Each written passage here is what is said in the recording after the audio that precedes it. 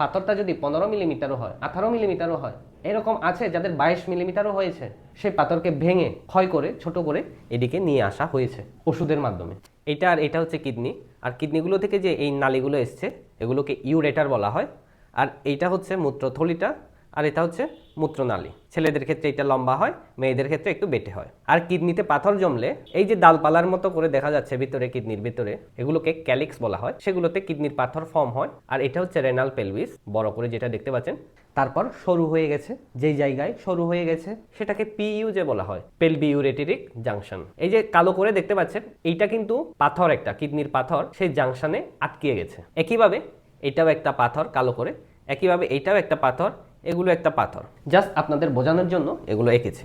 এখান থেকে এই অবধির ভিতরে দুটো জাংশন আছে, এখানে একটা আর এখানে একটা। এটাকে বলা হয় ভিইউজে, বেসিকো ইউরেটেরিক জাংশন। পাথরগুলো যদি ভিইউজে পর্যন্ত নেমে আসে তাহলে ভয় পাওয়ার কিছুই নেই, কারণ অলমোস্ট নেমে এসছে। তারপর তো মূত্রথলিতেই পড়বে, মূত্রথলিতে পড়লে কোনো ব্যথা নেই, কিন্তু মূত্রথলি থেকে মূত্রনালী দিয়ে যখন বেরিয়ে আসবে তখন একটু ব্যথা করবে, জ্বালা পোড়া করবে। ছেলেদের চাইতে মেয়েদের খুব কম সময়ে পাথরটা বেরিয়ে আসে, যেহেতু তাদের মূত্রনালীটা একটু বেটে। ছেলেদের একটু টাইম লাগে, যেহেতু মূত্রনালীটা একটু লম্বা হয়। কিন্তু সেই সময় ওষুধ আছে, ওষুধের ডোজ ভিন্ন হয়, যাতে খুব তাড়াতাড়ি সেই দিনের মধ্যেই পাথরটা বেরিয়ে যায়। পাথরগুলো যত উপরে থাকবে সেখান থেকে এদিকে নেমে আসতে সময় তত বেশি লাগে। এখন খুব বড় পাথর হয়ে গেলে, জেনারেলি 8 মিলিমিটার হয়ে গেলে বা তার উপরে যে যত আছে, কিডনি পাথরের যারা সার্জারি করে সেই ডাক্তাররা সার্জারি করতে রিকমেন্ড করেন, কেননা ভবিষ্যতে আরো বড় হলে পরে আরো কমপ্লিকেশন দেখা দিবে। কিন্তু ভাগ্যবশত হোমিওপ্যাথিকে এমন ওষুধ আবিষ্কার করা হয়েছে, পাথরটা যদি 15 মিলিমিটারও হয়, 18 মিলিমিটারও হয়, এরকম আছে যাদের 22 মিলিমিটারও হয়েছে, সেই পাথরকে ভেঙে ক্ষয় করে ছোট করে এদিকে নিয়ে আসা হয়েছে ওষুধের মাধ্যমে। চিকিৎসাটা দীর্ঘ মাস সময় লাগে, আর তার মধ্যে মাঝে মাঝে ব্যথা হয়। আর ব্যথার জন্য সুন্দর ওষুধ আছে বায়োকেমিকের, ম্যাগনেসিয়াম ফসফরিকাম।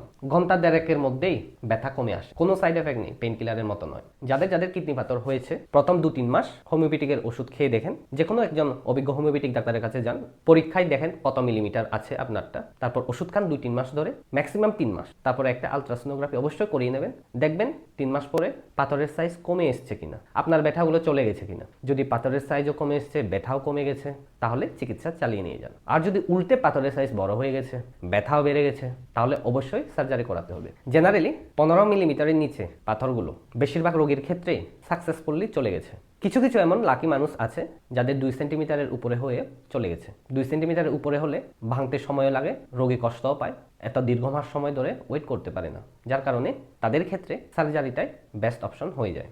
অনেক রোগী আছে যাদের 15 মিলিমিটার, শরীরে কোনো ব্যথাই নেই। জেনারেলি ব্যথা কখন হয়?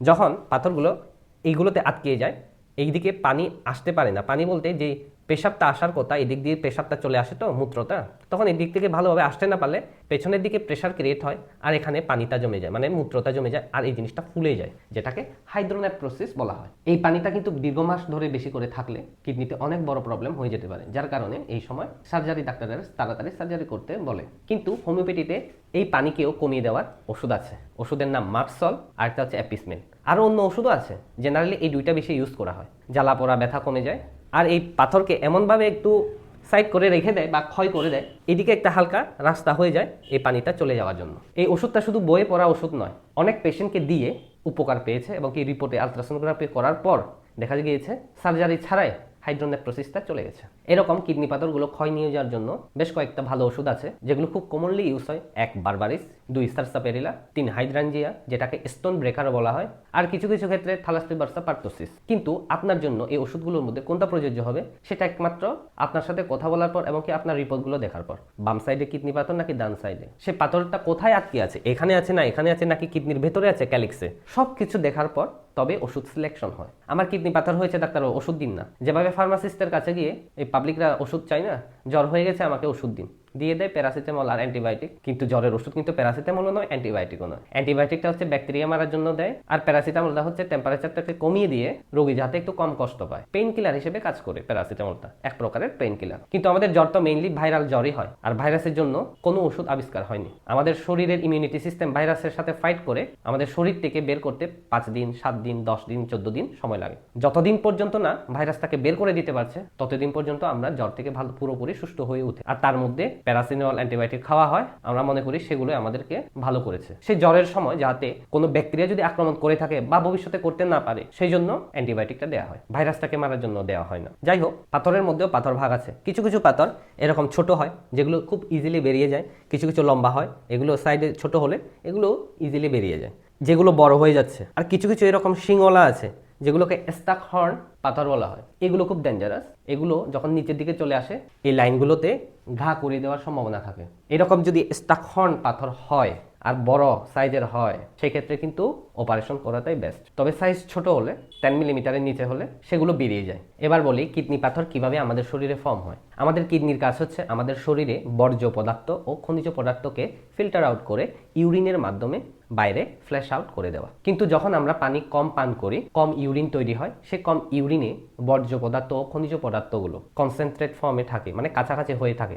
ধরুন এগুলো হচ্ছে কিডনির বর্জ্য পদার্থ আর খনিজ পদার্থগুলো।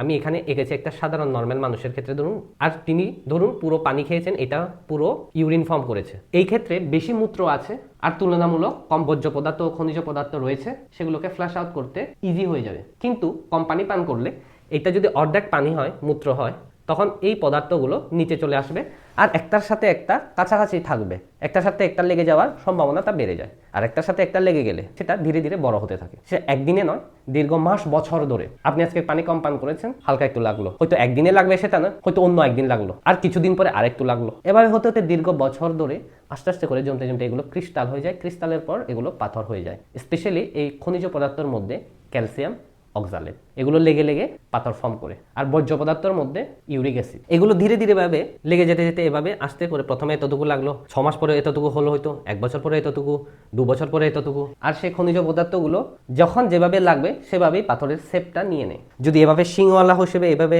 লেগে যায়, শিং হিসেবেই সেগুলো ফর্ম করে। যদি গোল হয়ে হয়, গোল করে ফর্ম করে, তার কোনো ঠিক ঠিকানা নেই। আর কিছু কিছু ক্ষেত্রে যারা খুব পানি বেশি পানও করে কিন্তু এমন খাবারও খুব বেশি খায় আর এমনভাবে লাইফ চলাচল করে যে তাদের শরীরে অতিরিক্ত খনিজ পদার্থ ও বর্জ্য পদার্থ তৈরি হয়ে যায়। পানি হয়তো ফুল আছে এরকম, কিন্তু এইটার চাইতে এখানে খনিজ পদার্থ ও বর্জ্য পদার্থ বেশি রয়েছে। দেখুন এই ক্ষেত্রে এগুলো কাছাকাছি লেগে যেতে পারে, এই ক্ষেত্রেও এভাবে পাথর হতে পারে। এগুলো হচ্ছে বেশিরভাগ রোগীদের ক্ষেত্রে।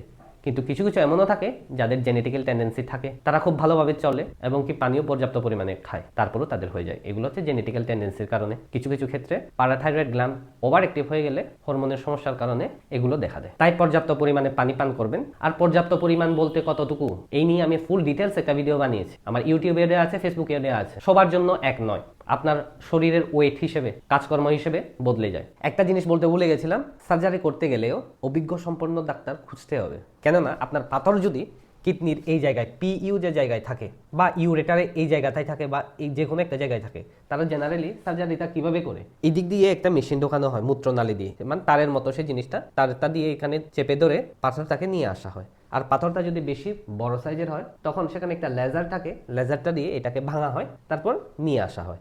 আর উপরে হলে উপরে পর্যন্ত নিয়ে গিয়ে সেই একইভাবে নিয়ে আসা হয় নিচের দিকে। আর সেই জিনিসটাকে করার সময় ডাক্তারেরা খুব সতর্কভাবে করে, কিন্তু যাদের অভ্যাস একটু কম তাদের ক্ষেত্রে এই সব জায়গাগুলোতে ঘা হয়ে যাওয়ার চান্স থাকে।